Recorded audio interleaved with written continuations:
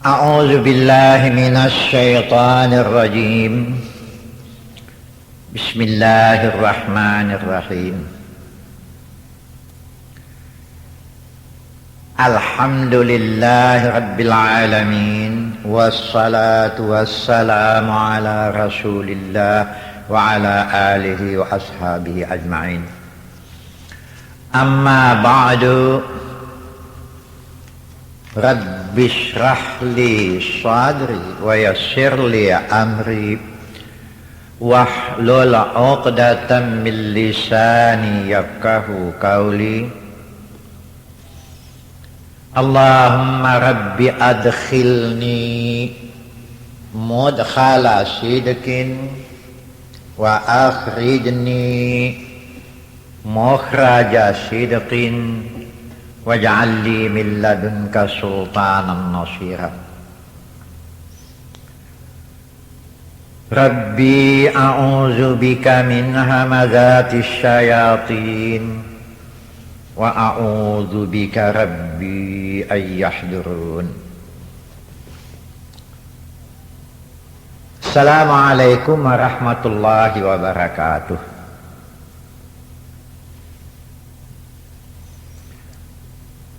Sudah cukup luas ya yang saya sampaikan mengenai persoalan di seberang kematian. Cuma belum lengkap.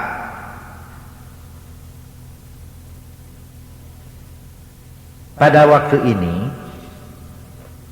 kelanjutannya akan saya sampaikan mengenai persoalan di mana hisab akan kita hadapi.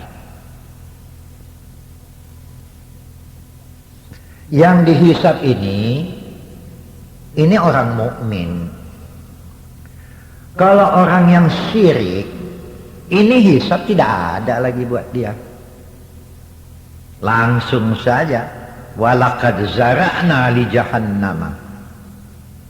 Langsung saja ditampakkan ke neraka sana. Oh, banyak kali dalil yang mengatakan bahasa untuk orang yang syirik, perhitungan amal tidak ada lagi untuk dia. Wala in asyrakta la yahbatanna amaluka. Kalau sampai engkau jatuh ke dalam persoalan syirik, maka semua kebaikan yang engkau perbuat hancur sama sekali. Bagaimanapun berhisab itu akan kita jumpai ya. Di surat Al-An'am ayat yang ke-22 dikatakan, wa yauma nahsyuruhum jami'an summa naqulu lil ladina asyraku aina syurakaukum alladina kuntum taz'umun.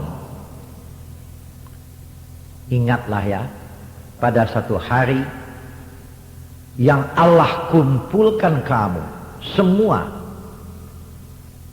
di mana di waktu itu akan kami katakan kepada orang yang musyrik, mana itu yang kamu sembah yang dapat menolong kamu itu, mana dia sekarang? Wah, ini betul-betul satu peringatan yang pantas selalu menjadi ingatan ya.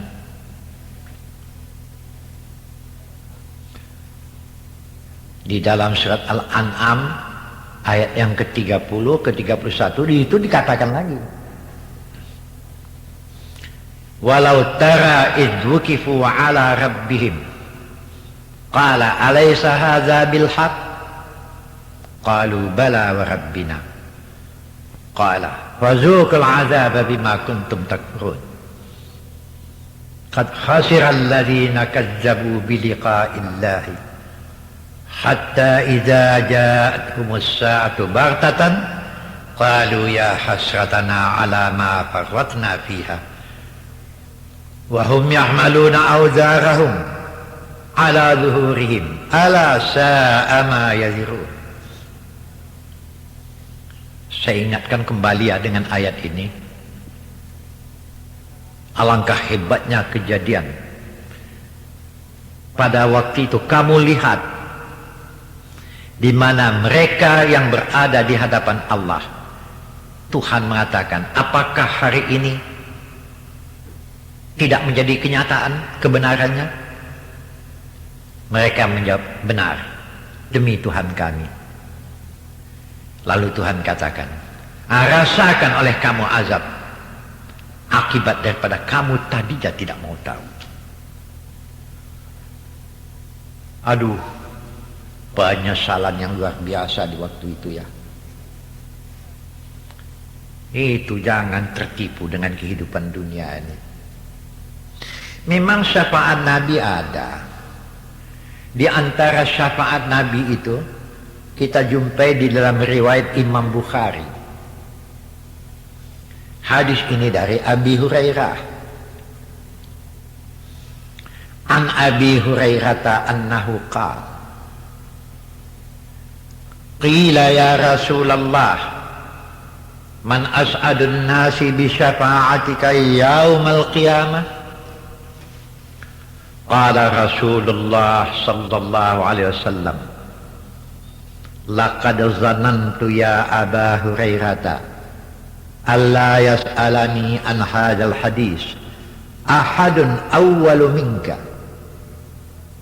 lima ra'aitu min harsika 'alal hadis as'adun nasi bi syafa'ati yaumal qiyamah man qala la ilaha illallah khalisan min qalbi au nafsi. Hadis riwayat Imam Bukhari. Ini dari Abi Hurairah ya. Apa kata Abi Hurairah? Ada orang yang bertanya kepada Rasulullah. Bunyi tanyanya begini.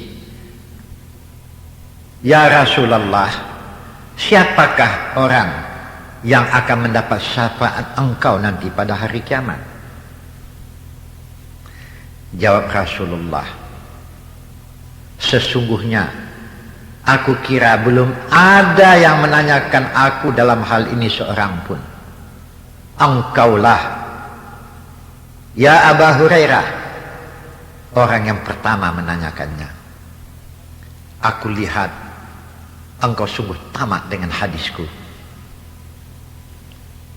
Rasulullah mengatakan lagi, ya Aba Hurairah, di antara orang yang berhak untuk mendapat syafaatku nanti di hari kiamat ialah orang yang mengucapkan kalimah la ilaha illallah, yang ucapan itu memang bersih terbit dari hatinya, yang kemudian apa yang terbit daripada hatinya itu dapat dibuktikannya dengan amalnya dalam kehidupan. Ucapan yang dapat dibuktikan dengan amal. Oh, ini ada juga hubungannya ya dengan apa yang dikatakan oleh Ibnu Mas'ud. Ibnu Abbas juga ada mengatakan. Tapi ini kata sahabat ini. Tapi kata sahabat pun kan bisa kita jadikan pegangan. Di situ dikatakan la yaqbalullahu qawlan illa bi'amalin. Allah tidak menerima ucapan seseorang kecuali ucapan itu dapat dibuktikannya dengan amal. Wala amalan illa biniyatin. Walaupun sudah dibuktikannya ucapan dengan amal, juga tidak diterima kecuali dengan ikhlas. Dikerjakannya penuh keikhlasan. Tapi bukan sampai di situ saja. Kelanjutannya juga dikatakan la yaqbalullahu qawlan wa amalan wa niyatan illa bima wafaqal kitab was sunnah. Walaupun ucapan sudah dibuktikan dengan amal, dan memang amal itu maksudnya ingin mendapat keridaan Allah, tapi kalau apa yang diperbuatnya dengan amalnya itu tidak sesuai dengan tuntunan Allah dan sunnah Rasul, itu juga tidak dapat diterima. Wah, ini agak tajam kata-kata ini ya. Jadi ucapan la ilaha illallah dari seorang itu ya betul-betul dari hati lah ya. Jangan ucapan la ilaha illallah karena mau kawin saja. Memang sebagai kadi, waktu mau dikawinkan untuk membuktikan Islam atau tidak orang itu, disuruhnya lah bersyahadat. Ya memang benar apa yang diberikan oleh Tuan Kadi ini ya. Tapi jangan untuk itulah. Nah ini yang selalu saya peringatkan ya. Kalau kita sudah sampai di sana, sudah berada di hari berhisab di hadapan Allah, di dalam surat Yunus ayat yang ke-45, di situ dibayangkan lagi, wa yauma yahsyuruhum ka'allam yalbasu illa sa'atan minan nahar yata'arafuna bainahum qad khasira alladhina kazzabu biliqa'illah wa ma kanu muhtadin. Pada hari Allah mengumpulkan kamu, mengumpulkan semua kita ya, itu di bumi mahsyar itu ya, mereka yang kita semua lah ya, merasa waktu itu seolah-olah hidup di dunia itu hanya sesaat saja di siang hari, pendek kali rasanya. Dan mereka juga mengenal di antara mereka, kalau memang tadinya sudah berkenalan di dunia, rugilah mereka-mereka yang bimbang, ragu, apalagi sampai mendustakan di mana dia akan bertemu dengan Allah. Sungguh mereka ini bukanlah mereka orang yang mendapat petunjuk pada Tuhan. Liqa'illah ya.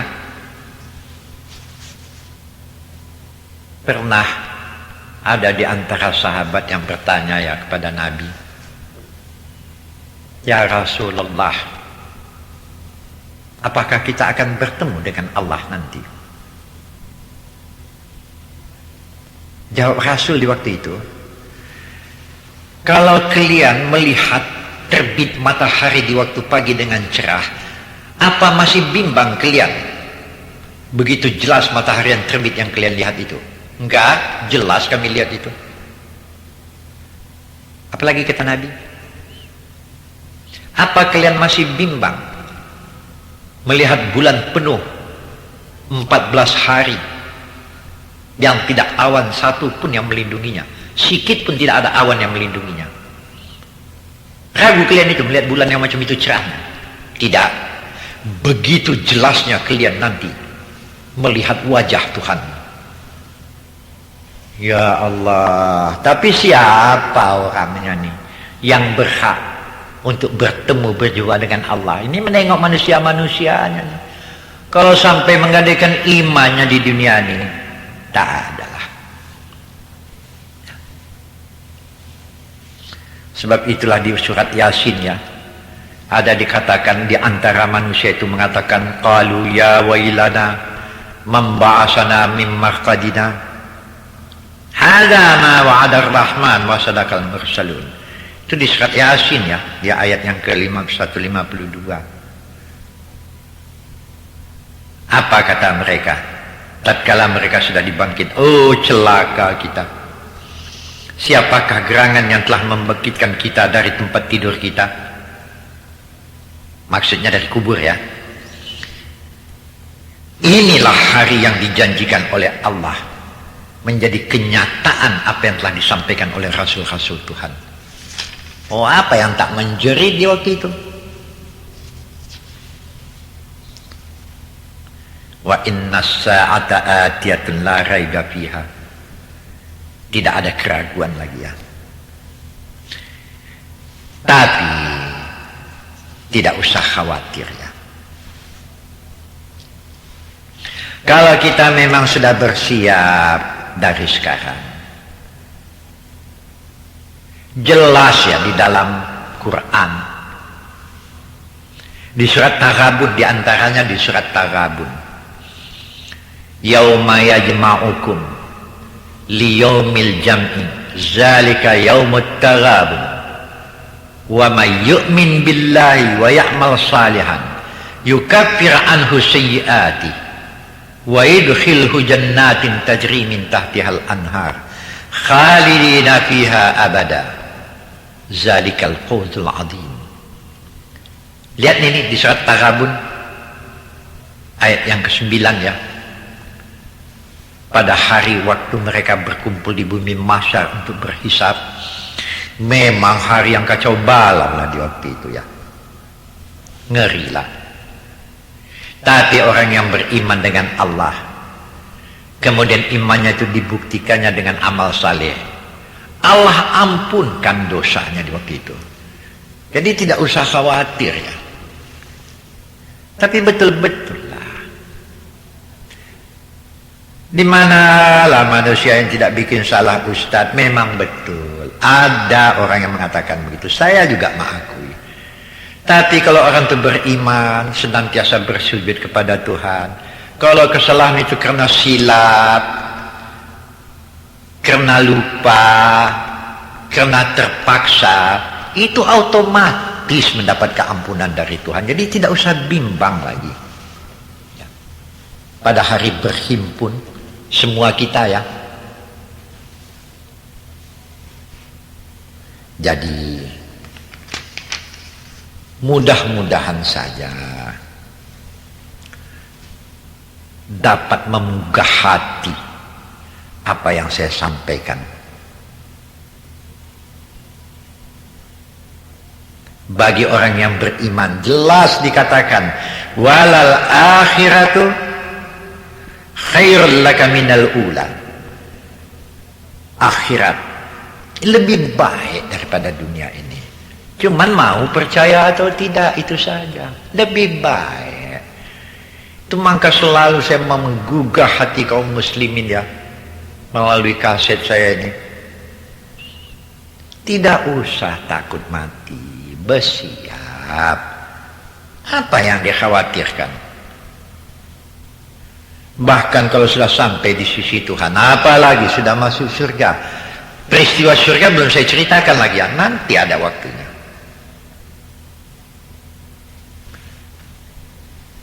Yas'alun ma yasha'un bima tahwal anfus. Tidak ada satu pun permintaan kamu yang tidak dikabulkan oleh Tuhan.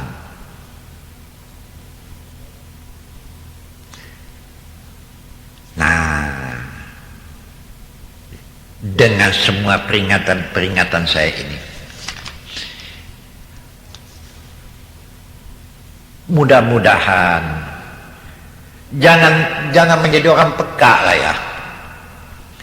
Saat di dalam Quran juga ada dikatakan peka di sini maksudnya bukan tak mendengar. Ya. Di dalam Quran kan ada dikatakan lahum qulubun la yafqahuna biha. Ada punya hati tapi tidak punya perasaan. Walahum a'yunun la yubsiruna biha. Ada mata tapi tidak mau melihat perbandingan. Walahum azanul la yasma'una biha. Bukan peka, ada telinganya tapi tidak mau mendengar peringatan. Apalagi dalam soal yu'minuna bil ghaibi ya, soal gaib macam yang ada di Quran kematian ini. Ulaika kal an'am. Oh, di Quran agak tajam ya. Mereka diserupakan dengan binatang-binatang, kan hebat ini. Balhum adallun, bahkan dikatakan lebih sesat lagi dari itu. Jadi hati-hatilah. Memang keadaan manusia yang dibangkitkan di bumi mahsyar itu macam-macam ya. Ini mempunyai dasar titik tolak dari ayat wa man kana fi hazihi a'ma fa huwa fil akhirati a'ma wa adallu sabila. Ini kita jumpai di surat Isra ayat yang ke-72. Barang siapa yang sewaktu hidup tadinya di dunia buta, bukan buta mata ini ya, maka di akhirat juga dia akan buta, sesat ya jalan yang ditempuhnya. Ingat ya, bukan buta mata ini maksudnya.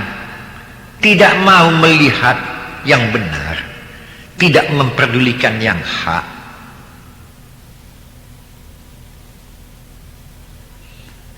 Oh, kalau saya baca lah riwayat ya. Ya ada yang mempunyai dalil Al-Quran, ada yang tidak. Ada yang hanya merupakan ijtihad daripada ulama-ulama. Oh bagus juga saya ucapkan ya di antaranya. Tapi ini yang saya kutip ini ya. Di situ dikatakan bahwa nanti dibangkitkan manusia itu 12 puak, 12 keadaannya.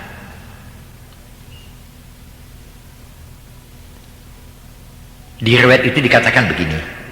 Ini saya baca di kitab Yuwaqit wal Jawahir ya. Ya ada yang berdalilkan Quran, ada yang berdalilkan hadis Nabi, dan ada yang berdalilkan ijtihad. Tapi sebelum saya bacakan ayatnya, dalilnya, saya jelaskan dulu. Ya. Yang 12 itu satu-satu bentuknya apa-apa. Ini saya jelaskan dulu.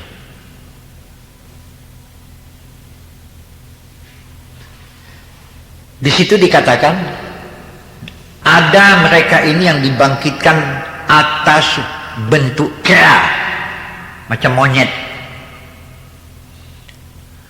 Di situ dikatakan ini adalah tukang fitnah, tukang hasud, tukang fitnah, tukang hasud, ya, tukang ejek. Tapi ya pula ya. Apa inikah kata-kata pinjaman atau mungkinkah ini kata-kata sindiran daripada pengarang itu? Monyet, beruk monyet, kalau kita lihat keadaan hidupnya memang begitu ya.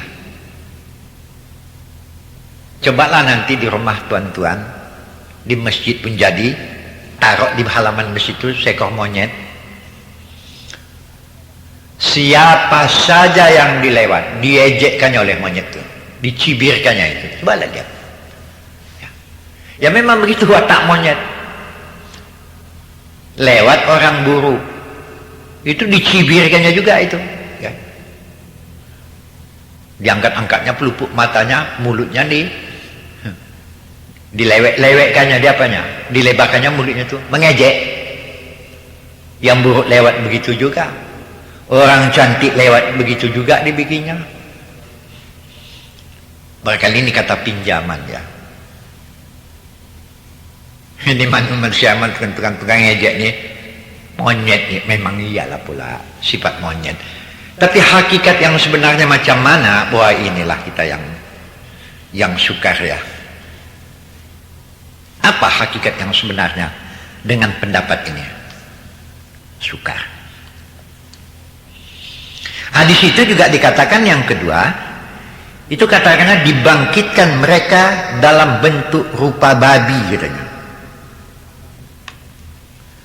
Di situ ditafsirkan orang ini tukang cucuk lambung, tukang suap, ya, tukang riba, artinya macam babi pun ya. Apa saja kalau sudah mau dia tekannya, mana peduli dia. Kehidupannya yang begitu buruk ya, makanannya pun buruk. Ini tentu kata-kata majazi ini ya. Saya anggap ini merupakan kata-kata pinjaman, kata-kata sindir. Ya hakikatul hal cuman Allah lah yang tahu ya. Ada yang mengatakan lagi, dibangkitkan mereka dalam keadaan buta, tidak melihat sama sekali. Dan bergantunglah beberapa banyak manusia di tubuhnya. Di situ disebutkan mereka ini adalah manusia-manusia yang tidak menghukum dengan adil, curang, tukang tipu, salah orang saja yang nampak. Oh ini memang berdalilkan Quran lah pula ini ya. Salah satu di antara dalilnya surat Isra yang saya bacakan tadi. Wa man kana fi hadhihi a'ma fa huwa fil akhirati a'ma. Ya. Buta, tidak mau melihat perbandingan, bikin semau-maunya saja, orang punya pun dipijaknya juga. Di surat Al-Baqarah tadi kan sudah saya bacakan ya. Lahum qulubul la yafqahuna biha, ada hati tidak punya perasaan. Nah ini dia. Ada mata tapi tidak mau melihat perbandingan, ada telinga tapi tidak mau mendengar nasihat. Nah ini dalilnya Quran. Termasuklah ini, ada telinga tidak mau mendengar ya. Manusia ujub, sombong, angkuh. Ini juga termasuk dalam kata-kata ulaika kal an'am ini ya. Kalau membuat kebaikan, suka membangkit-bangkit kebaikan yang dibikinnya itu, melagak, merasa dirinya suci, merasa dia sudah hebat. Oh, saya teringat waktu Nabi Muhammad, kan ada ayat yang turun, Iza ja'a nasrullahi wal fathu, futuh Makkah. Waktu itu Nabi Muhammad mengucapkan kepada kaum muslimin, waktu berada di padang Arafat, di antaranya bahasa, ya kekuasaan kan sudah di tangan, awak sudah hebat, semua sudah kita ya, penghulu sudah kita, camat sudah kita, kalau saya misalkan kemari lah ya, bupati sudah kita, gubernur sudah kita, menteri sudah kita, semua sudah kita. Itu waktu Futuh Makkah itu ya. Di waktu itulah Nabi Muhammad mengatakan, saya khawatir waktu kalian menderita kalian bisa tabah, tapi tatkala kalian sudah megah, saya khawatirkan sombong kalian timbul. Nah, apa bunyi hadis Nabi itu? Nanti saya sampaikan ya. Yang ini sampai di sini saja dulu. Ya. Nanti saya sampaikan bunyi hadisnya. Ya, istirahat kita sebentar. Nanti kita sambung. Assalamualaikum warahmatullahi wabarakatuh.